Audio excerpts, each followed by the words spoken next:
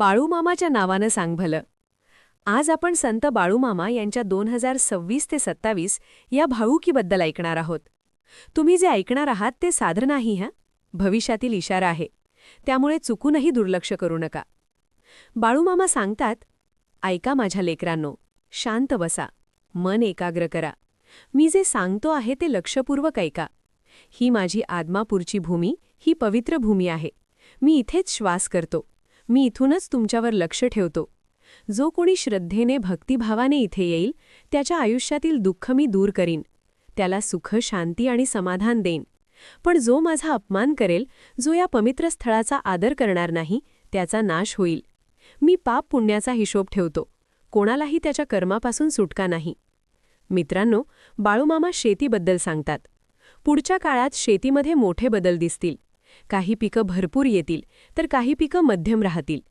धान्य कधी जास्त तर कधी कमी होईल. शेतकरी रात्रंदिवस कष्ट करेल, पण त्याच्या कष्टाचं फळ नेहमी मिळेलच असं नाही. पाऊस वेळेवर पडणार नाही. कधी खूप जास्त पाऊस पडेल तर कधी पूर्ण दुष्काळ पडेल. लोक पाणी करत फिरतील. ऋतूंचा क्रम बदलून जाईल. उन्हाळ्यात पाऊस पडेल, पावसाळ्यात उन्हा पडतील. निसर्गाचा तोल बिघडेल आणि त्याचा सर्वात मोठा फटका माणसालाच बसणार आहे. बाळूमामा सांगतात, धर्माची गाडी अजून चालू आहे, पण माणसाने तिच्याकडे पाठ फिरवली आहे. लोक देवधर्म विसरत आहेत. श्रद्धा कमी होत चालली आहे. स्वार्थ, पैसा, सत्ता याचाच विचार माणूस करत आहे. मित्रांनो, याचा अर्थ असा की माणूस अध्यात्मापासून दूर जात आहे. बाळूमामा सांगतात, जो धर्म सोडेल तो संकटात सापडेल, पण जो माझ्यावर श्रद्धा ठेवेल, जो भक्ती करेल, त्याला मी कधीच सोडणार नाही. बाळूमामा पुढे सांगतात, ही आदमापूरची भूमी पवित्र राहील. येथूनच माझं नाव संपूर्ण जगात पसरले जाईल. माझा जय जय जयकार होईल. माझा दरबार भरलेला राहील.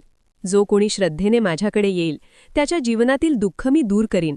त्याच्या घरात सुख आणि शांती मी निर्माण करीन. बाळूमामा इशारा देतात, जो माझा अपमान करेल, जो या पवित्र स्थळाचा आदर करणार नाही, त्याचा नाश होईल. मी पाप पुण्याचा हिशोब ठेवतो. कोणालाही त्याच्या कर्मापासून सुटका नाही.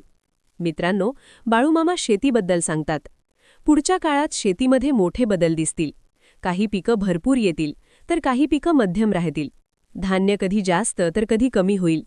शेतकरी रात्रंदिवस कष्ट करेल, पण त्याच्या कष्टाचं फळ नेहमी मिळेलच असं नाही.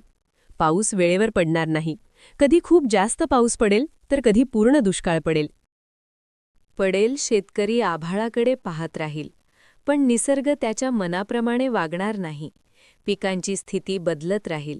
काही पिकं भरपूर येतील तर काही पिकं मध्यम राहतील आणि काही वेळा पिकं पूर्णपणे नष्ट होतील. जमिनीतील धान्य कधी उदंड पिकेल. तांदूळ, गहू, मूग, तूर, सोयाबीन ही पिकं भरपूर येतील, पण काही काळानंतर त्याच पिकांचे उत्पादन कमी होईल. धान्यांचे प्रमाण कधी जास्त तर कधी कमी होईल. बाजारात कधी भरपूर असेल तर कधी तुटवडा निर्माण होईल. धान्याचे भाव स्थिर राहणार नाहीत. कधी भाव खूप वाढतील तर कधी अचानक घसरतील. शेतकऱ्याला योग्य भाव मिळणं कठीण होईल. वैरणीचं महत्त्व खूप वाढेल. ज्याच्याकडे वैरण साठवलेली असेल तो सुरक्षित राहील.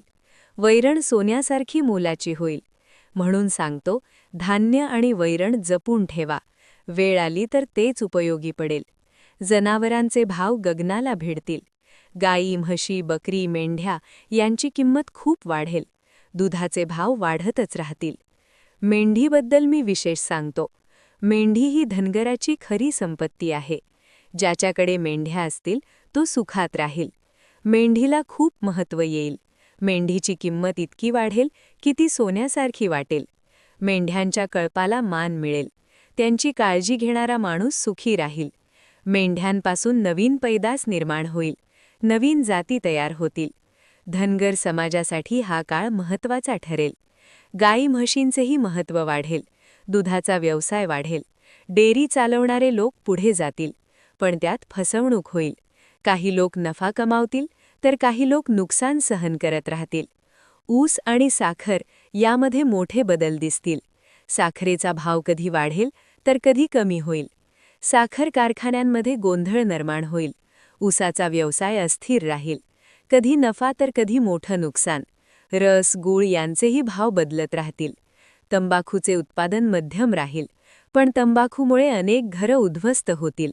लोक त्याच्या आहारी जातील. शेतकरी कष्ट करत राहील, पण त्याच्या आयुष्यात स्थिरता येणार नाही. तो निसर्गावर अवलंबून राहील आणि निसर्ग त्याला सतत परीक्षा देईल. धान्य, जनावरं, शेती हे सगळं असलं तरीही मनुष्याला समाधान मिळणार नाही. बाळूमामा सांगतात, ज्याच्याकडे साठवणूक असेल तो दूरदृष्टीने विचार करेल, तोच पुढे टिकून राहील. ही शेतीची अवस्था आहे, ही काळाची चाल आहे. यातूनच जो शिकेल तोच सुखात राहील. बाळूमामा सांगतात, ऐका माझ्या लेकरांनो, आता मी तुम्हाला राजकारण आणि समाजाबद्दल सांगतो. पुढच्या काळात राजकारणात मोठा गोंधळ निर्माण होईल. नेते एकाच पक्षात टिकणार नाहीत. आज इथे तर उद्या तिथे जातील. पक्ष बदलणं सामान्य होईल. सत्तेसाठी भांडणं वाढतील. नेते लोकांपेक्षा स्वतःच्या फायद्याचा विचार करतील. सत्ता आणि पैसा हाच त्यांचा मुख्य उद्देश असेल. भ्रष्टाचार मोठ्या प्रमाणात वाढेल. पैसे खाल्ल्याशिवाय कोणतंही काम होणार नाही. प्रामाणिक माणूस शोधूनही सापडणार नाही. सत्य बोलणाऱ्याला त्रास सहन करावा लागेल. खोटं बोलणारा पुढे जाईल. समाजात तणाव वाढेल. जातीधर्माच्या नावावर भांडणं होतील. लोक एकमेकांविरुद्ध उभे राहतील. सीमावाद वाढेल. राज्यांमध्ये वाद निर्माण होतील. काही भागांमध्ये मोठे गोंधळ होतील. अचानक दंगली होतील. जळपोळ तोडफोड वाढेल. निर्दोष लोक यात सापडतील. अतिरेकी हल्ले वाढतील. बॉम्बस्फोट होतील. मोठी शहरं हादरतील. लोकांच्या मनात भीती निर्माण होईल. सुरक्षिततेचा अभाव जाणवेल. राजकारणात मोठे घोटाळे उघड होतील.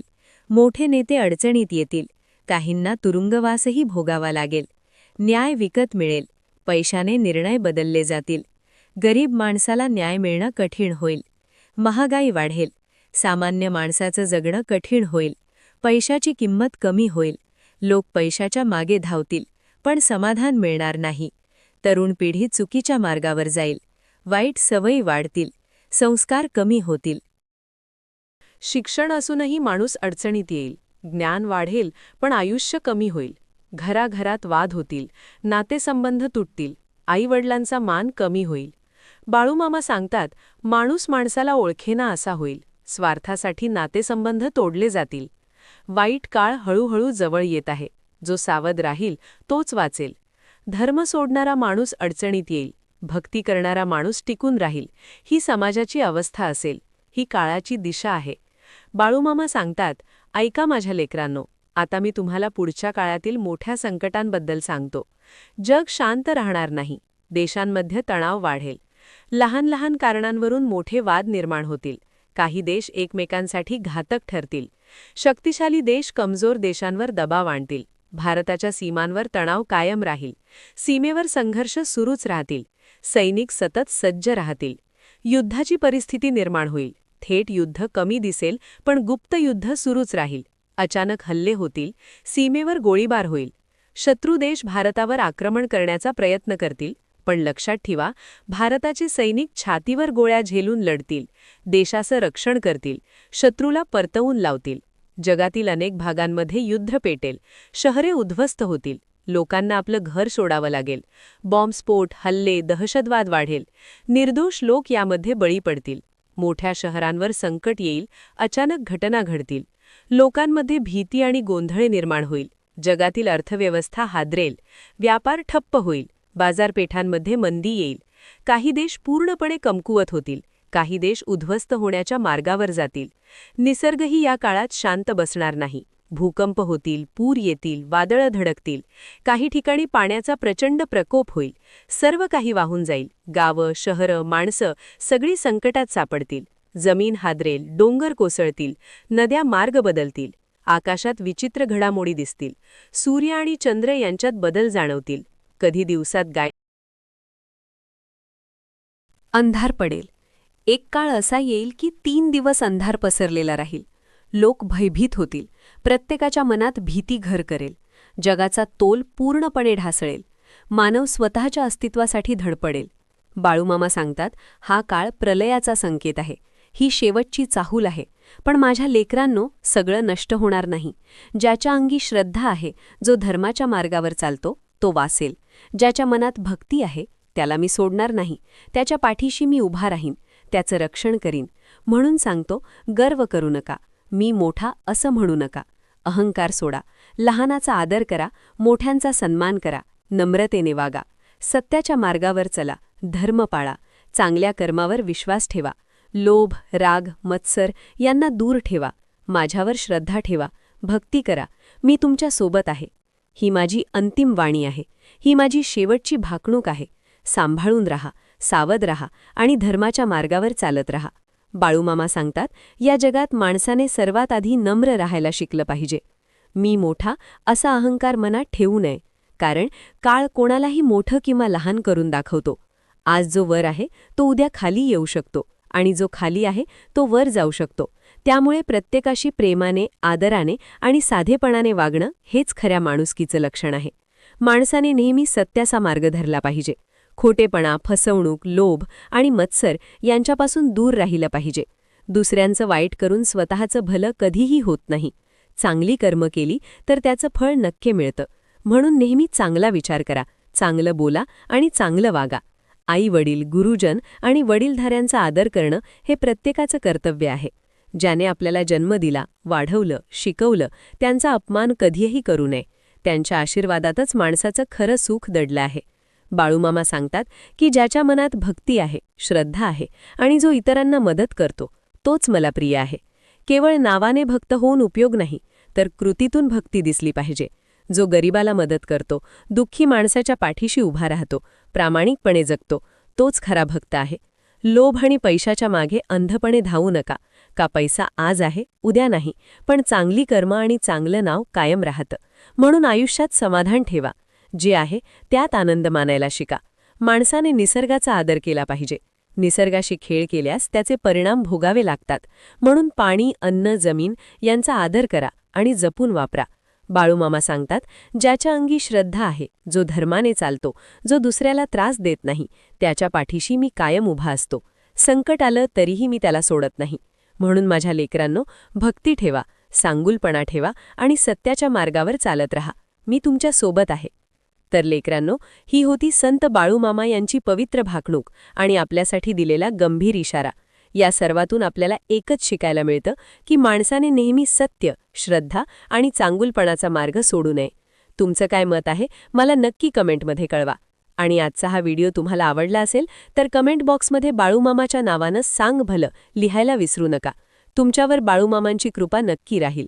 हा व्हिडिओ तुमच्या नातेवाईकांपर्यंत आणि मित्रांपर्यंत जरूर शेअर करा, कारण योग्य वेळी मिळालेला हा संदेश कोणाचा तरी आयुष्य बदलू शकतो. अशाच भक्तिमय आणि प्रेरणादायी व्हिडिओसाठी आपल्या चॅनलला नक्की जोडा. शेवटी एवढंच सांगतो की श्रद्धा ठेवा, चांगलं वागा आणि देवावर विश्वास ठेवा. बाळूमामा तुमच्या पाठीशी आहेत. धन्यवाद.